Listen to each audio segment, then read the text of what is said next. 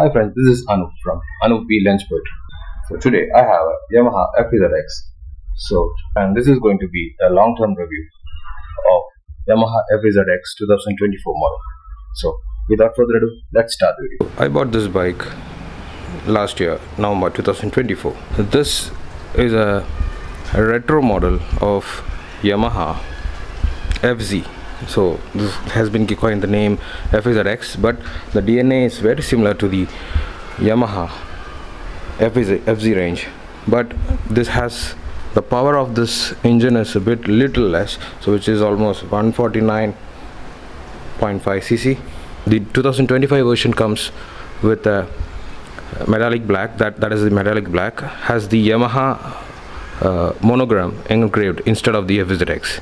So here in the 2025 model, the FZX would be engraved here in a sticker, but in the 2024 model it is engraved, the Yamaha sticker is engraved here. So what I did, I added this sticker for Yamaha just for my own happiness and satisfaction. This bike is supposed to be a commuter bike, a family centric bike. It looks beefy, but this has only 10 liters of storage capacity.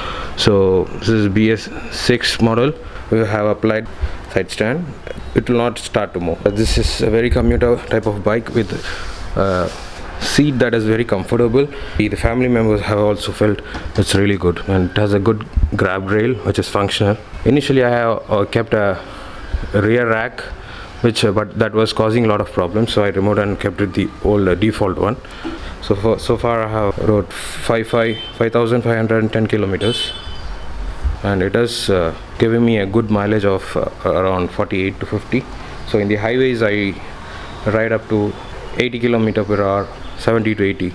So it maintains a mileage of around 50 to 55 in the highways, which is really good. I have added a metallic grill just for the protection of the light.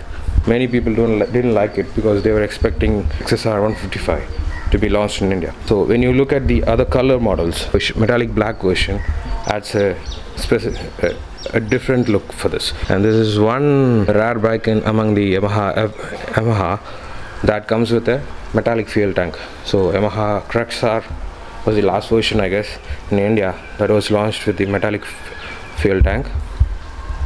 And most of the parts are metallic. This is fiber. This part is metallic. This is fiber. This is plastic, but it has a good build. Metallic.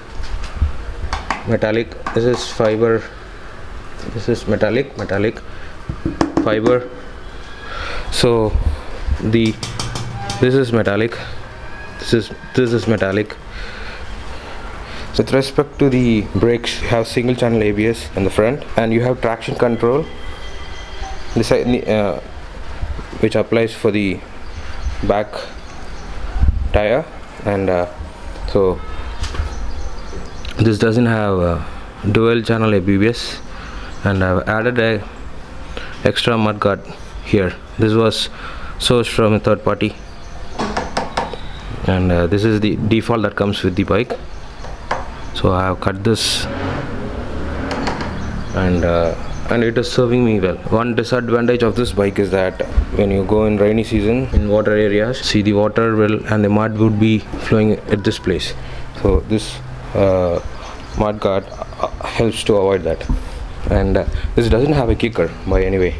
Regarding the foot pegs and gear pattern shift, so this has a cruiser type toe shifter.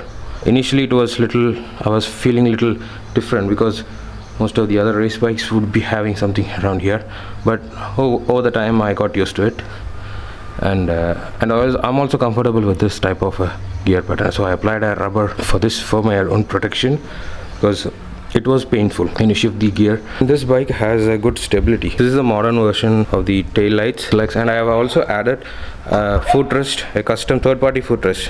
Mostly this is from the Java type, so I got it installed from a third-party shop, and this suits it well. And this is another aftermarket custom part which I got it.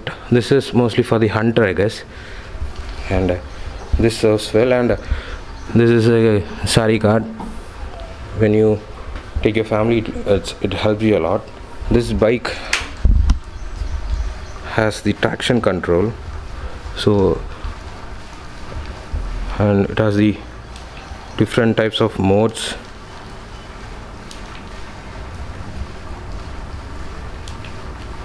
So this has TCS on now.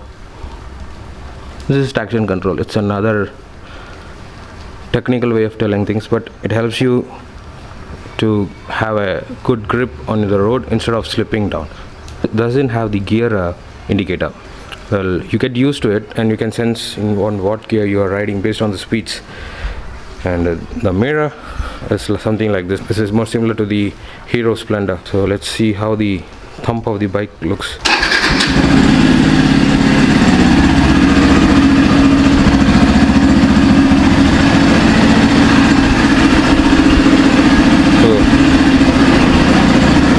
The headlight of this is how it looks like during the night. It's not that powerful, and sometimes when the opposite end, when the light is too flashy from the other end, it's hard to see. This bike looks like a beefy bike, but it weighs around 139 kilos. I'm also able to handle it. This has a 165 mm ground clearance, but I have faced some problems regarding this. So when you have a hefty speed breaker, sometimes this portion or this portion gets hit by that, and it has happened most of the times. So I usually take my bike in the highways, so 100 kilometers I travel a day. On the first day I don't get any pain, but if I ride the bike on the second day, if I cover 100 kilometers, sometimes I get back pain. That is from my personal experience. I don't know how about other riders. This bike gives me that Yamaha vibes from the Yamaha RX 100 days. It's not the exact power engine, but not with respect to the revving, and this is not that. It's not a speed gun, but it's still it does good. The mileage is decent, 48 to 50 kilometer per hour per liter. And initially this bike had a problem. Most of the users had. I checked it in the service center. So when I bought it, I removed the Bluetooth version of this bike. Well, I never felt the need to have it enabled, and it doesn't serve you that good. So the problem that people with, so when you keep the Bluetooth sensor on, and the battery used to drain more, and the bike wouldn't start. So to avoid that, I removed it when I purchased the bike. I kept it away from this bike, and it was always disconnected.